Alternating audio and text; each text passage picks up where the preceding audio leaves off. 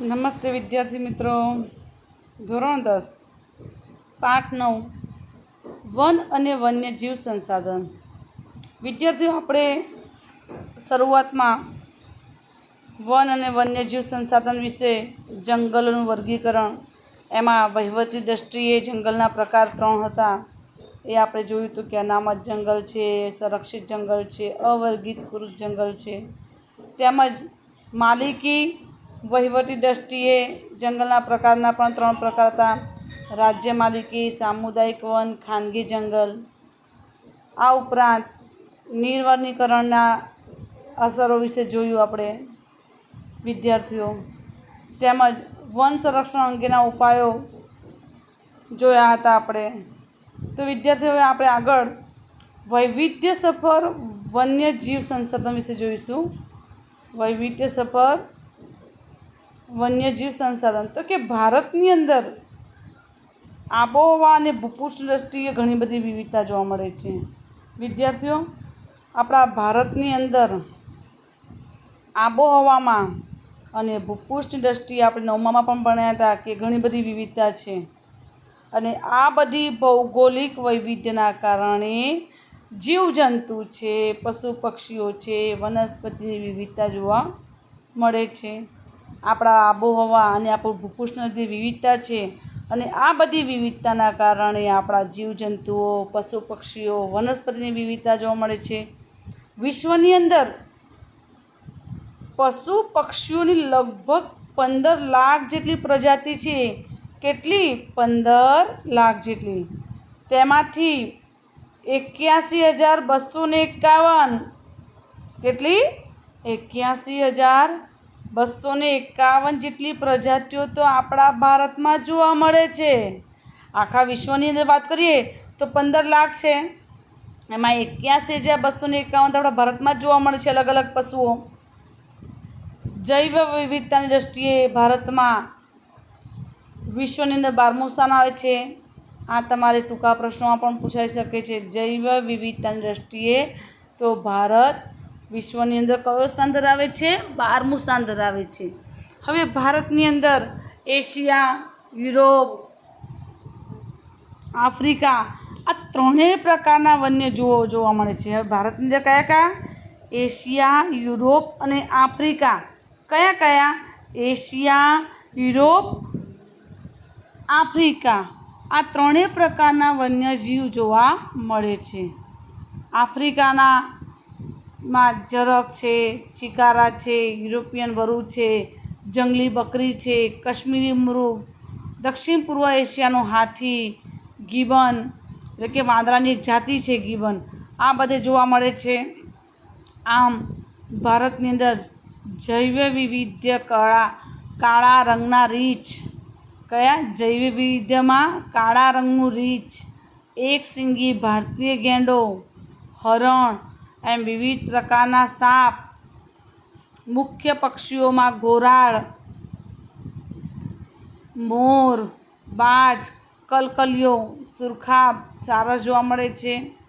હિમાલયની અંદર ઊંચાઈ પર જોવા મળતો હિમદીપડો અને ત્યાં શીત વનોમાં જોવા મળતું લાલ પાંડા વિશિષ્ટ પ્રાણીઓ છે.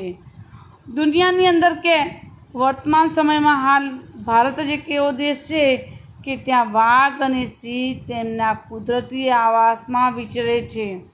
આપણે ગીરના જંગલમાં તમે ગયા હોય તો વાઘ અને સિંહ બંને કુદરતી આવાસમાં વિચરે છે, એટલે ફરે છે. શિયાળા દરમિયાન રાજસ્થાનના કેવલાદેવ એ રાષ્ટ્રીય ઉદ્યાન છે. કયું? રાજસ્થાનનું કેવલાદેવ. ભરતપુર અને ગુજરાતનું નળ સરોવર. યાદ રાખજો, શિયાળામાં તો કે છે શિયાળામાં રાજસ્થાનનું કેવલાદેવ તેમજ ભરતપુર અને ગુજરાતનું નળ સરોવર. આ જળપ્લાવિત વિસ્તારોમાં અસંખ્ય યાયાવર પક્ષીઓ. યાયાવર પક્ષીઓ એટલે પરદેશી જે પક્ષીઓ આવે એને યાયાવર પક્ષીઓ કહેવાય છે. એ દૂર દૂરથી શિયાળો ગાળવા અહીંયા આવતા હોય છે. ઓડિશાની અંદર સમુદ્ર કિનારામાં રેતીના તટે સમુદ્ર કાચબા ઈંડા મૂકે છે.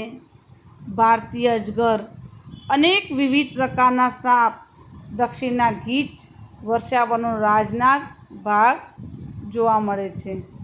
હવે આગળ વિદ્યાર્થીઓ આપણે લુપ્ત થતું વન્યજીવન એટલે જે અત્યારે લુપ્ત ઓછી થઈ રહી છે એની સંખ્યા. તો કે આજે વિશ્વની અંદર અસંખ્ય વન્યજીવોના વિનાશ થવાને આરે ઊભો લે છે.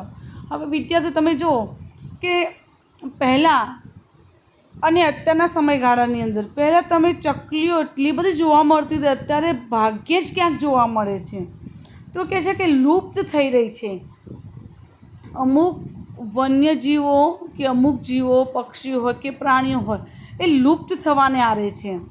તો ગત સદીની શરૂઆતમાં વાઘ સમગ્ર ભારતમાં જોવા મળતા હતા. સાંભળજો, વાઘ છે બધા આખા ભારતમાં જોવા મળતા હતા. સમયગાળામાં ગુજરાતમાં ઈડરની અંદર, અંબાજીની અંદર, પંચમહાલની અંદર, ડાંગ જિલ્લાઓમાં પણ વાઘ જોવા મળતા હતા. તો આજે તો ગુજરાતના જંગલોમાંથી વાઘ તો શું થઈ ગયો, સંપૂર્ણપણે નષ્ટ જ થઈ ગયો છે. આપણે ગીરના જંગલમાં ફક્ત સિંહ જોવા મળે છે. તો કહે છે ગુજરાતના જંગલમાં સંપૂર્ણપણે વાઘ તો શું થઈ ગયો છે, નષ્ટ થઈ ગયો છે. અને ભારતની અંદર તો ભારતના જંગલોમાં ચિત્તો નષ્ટ થઈ ચૂક્યો છે. ભારતના જંગલોમાં શું, ચિત્તો નષ્ટ થઈ ચૂકે છે. અગાઉ આપણે ભારતના જંગલોમાં સહજ જોવા મળતી પક્ષીઓની જાતિઓ હવે ભાગ્યે જ નજર પડે છે. હવે ઘણી બધી પક્ષીઓની જાતિઓ એવી છે કે અત્યારે ભાગ્યે જોવા મળે છે. એમાં ગીધ તમે વિદ્યાર્થીઓ પહેલાં તો બહુ જ ઉપર ઊંચા આકાશમાં ઉડતા હતા. હવે તો ગીધ બહુ ઓછા જોવા મળે છે અને લગભગ જોવા જ નથી મળતા. ગુલાબી ગરદનવાળી બતક એ તો તમે જોઈ જ નહીં હોય. સારસ, ઘુવડ એ તો ભવિષ્યની અંદર લુપ્ત થવાની તૈયારી છે. હવે કે નજીકના ભવિષ્યમાં લુપ્ત એટલે કે બંધ થયા, લુપ્ત એટલે નાશ પામવાની તૈયારી છે. પૂર્વોત્તરના અરુણાચલ પ્રદેશની અંદર એક સમયે વ્યાપક પ્રમાણમાં જોવા મળતા ચિલોત્રા આજે સરળતાથી જોવા મળતો નથી. શું, કઈ જગ્યાએ? પૂર્વોત્તરના અરુણાચલ પ્રદેશમાં. કઈ જગ્યાએ? અરુણાચલ પ્રદેશમાં એક સમય વ્યાપક એટલે વધારે પ્રમાણમાં જોવા મળતો ચિલોત્રો આજે જોવા જ નથી મળતો. નદીઓના મીઠા પાણીમાં જોવા મળતી ઘડિયાળ એટલે કે મગરની એક જાતિ છે, પ્રજાતિ એ ઘડિયાળ, ગંગે ડોલ્ફિન આજે તો ભારે સંકટ છે. ઓડિશા, ગુજરાત વગેરે રાજ્યોની અંદર તો કે સમુદ્ર કિનારે ઈંડા મૂકવા આવતા સમુદ્રી કાચબાઓની સંખ્યામાં સતત ઘટાડો નોંધાયો છે.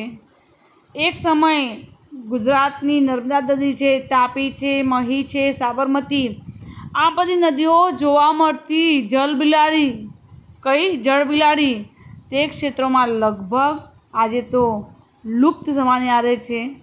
આ સ્થિતિ અંગે આપણે ગંભીરતાથી વિચારવાનો સમય હવે આવી ગયો છે.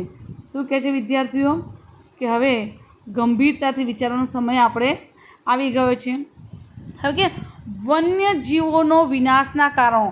હવે આપણે ભણ્યા કે આ બધા વન્યજીવો વિનાશ થાય છે તો એના કારણો પણ કંઈ હોઈ શકે ને, કોઈને કોઈ કારણો હોય છે. તો કે કયા કારણો છે? તો કે વન્યજીવોના વિનાશ થવાના કારણોમાં જોઈએ તો કે જંગલ ક્ષેત્રોની ઘાસભૂમિ, જળપ્લાવિત વિસ્તારોમાં થતી માનવીય દખલ, વન્યજીવોનો પ્રાકૃતિક આવાસ જોખમાય છે.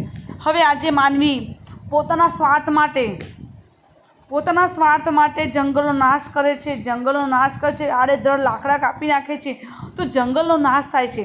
તો એ જંગલમાં રહેતા વન્યજીવો એમના પ્રાકૃતિક આવાસો એ ખોઈ બેસે છે અને જોખમાય છે, એટલે વન્યજીવોનો નાશ થાય છે. બીજું કારણ છે કે જંગલોનો વિનાશ એ પ્રાકૃતિક અસંતુલન માટે સૌથી વધારે કારણભૂત છે.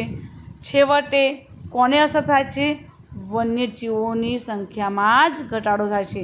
આપણે જંગલનો વિનાશ કરીએ છીએ, બરાબર છે, એ સૌથી મોટું કારણભૂત છે. છેવટે શું થાય છે? વન્યજીવની સંખ્યામાં ઘટાડો થાય છે. પછી આપણે વાળ લેવા, હાડકાં લેવા, શિંગડા લેવા, નખ મેળવવા શોખથી આપણે શું કરીએ? શિકાર કરતા હોઈએ છીએ. શિકાર કરતા હોઈએ છીએ. અને આના કારણે પણ ખાસ આ વન્યજીવોનો વિનાશ ખૂબ જ જરૂરી કારણ છે.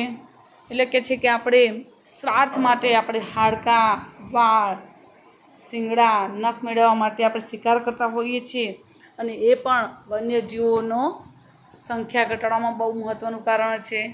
તેમજ વિદ્યાર્થીઓ, મનુષ્ય પોતાના લોભ લાલચથી કરાતું જંગલોનું અતિદોહન, પોતાના સ્વાર્થ માટે લાકડાઓ કાપે છે, સડકો બનાવવા, બહુહેતુક યોજના કરવા, નિર્માણ, ખનિજ ખનન, નવી વસાહતો, શહેરોનું વિસ્તરણ વન્યજીવોનો નિર્વાસિત કરે છે. અને આના બધા કારણે પણ જંગલોમાં વન્યજીવો સંકટમાં મુકાય છે. આ ઉપરાંત ઘાસચારો, બળતણ, પશુચારણ માટે જંગલો પર દબાણ વધી રહ્યું છે. જંગલમાં આગ, અનેક પ્રજાતિ ભરખી જાય છે. ઘણીવાર જંગલમાં દાવાનળ ભણ્યા છીએ આપણે કે અચાનક આગ લાગવી, દાવાનળ, તો કે છે એના કારણે પણ ઘણી બધી એની પ્રજાતિઓ ભરખી જાય છે. થોડાક સમય પહેલાં આપણે વિદ્યાર્થી જોયું હતું કે જંગલમાં આગ લાગી હતી અને ઘણા બધા પ્રાણીઓ અને પક્ષીઓ ભડકે પડ્યા હતા. તો આગ જો બચ્ચા ઉછેરવામાં કે ઈંડા સેવવાના ગાળામાં લાગે ત્યારે વન્ય પ્રાણીઓ પર શું મોટી નકારાત્મક અસર થાય. સાંભળજો વિદ્યાર્થીઓ, જો આગ એવા સમય લાગે કે ઈંડા સેવવામાં કે બચ્ચા ઉછેરવામાં, ત્યારે શું થાય છે, ઘણી બધી મોટી અસર પડતી હોય છે. વિદ્યાર્થીઓ, પોતાના કુદરતી આવાસો નષ્ટ થવાથી બેઘર બની વન્ય ક્ષેત્રમાંથી બહાર આવી ગયેલા પ્રાણીઓ માનવી સાથે અથડામણમાં ક્યારેક જીવ ગુમાવે છે. હવે ઘણીવાર વિદ્યાર્થીઓ પોતાના કુદરતી આવાસો ગુમાવી જાય છે, ત્યારે પ્રાણીઓ શું કરે છે, માનવી તરફ આવે છે. માનવી સાથે અથડામણમાં ક્યારેક માનવી એને દેખી જાય, માનવી પણ ગભરાય છે. મારામારીમાં પ્રાણીઓ જીવ ગુમાવતા હોય છે. પ્રાણી ઔષધિઓ તેમજ સુગંધિત દ્રવ્યો મેળવવા માટે શિકાર પ્રજાતિ વિલુપ્તના આરે છે. વિદ્યાર્થીઓ, વિલુપ્તના આરે છે. હવે આપણે આટલું જાણવું ગમશે તો કે લાલ પાંડા, લાલ પાંડા કઈ જગ્યાએ જોવા મળે છે? ભારતના પૂર્વ હિમાલયના શીત વનોમાં જોવા મળે છે. તે ખોરાકની વાંસની કૂંપળો, ઈંડા, નાના પક્ષીઓ, જંતુઓ વગેરે છે એનો ખોરાક. તે દિવસ દરમિયાન ઓછું સક્રિય હોય છે. તે ક્યાં તેની વસ્તી છે? તો કે ભારત છે, ચીન છે, નેપાળ છે, ભૂતાન છે, મ્યાનમાર છે, ત્યાં તેની વસ્તી જોવા મળતી હોય છે. હવે વિદ્યાર્થીઓ, વન્યજીવ સંરક્ષણ માટેના ઉપાયો આપણે પછી જોઈશું.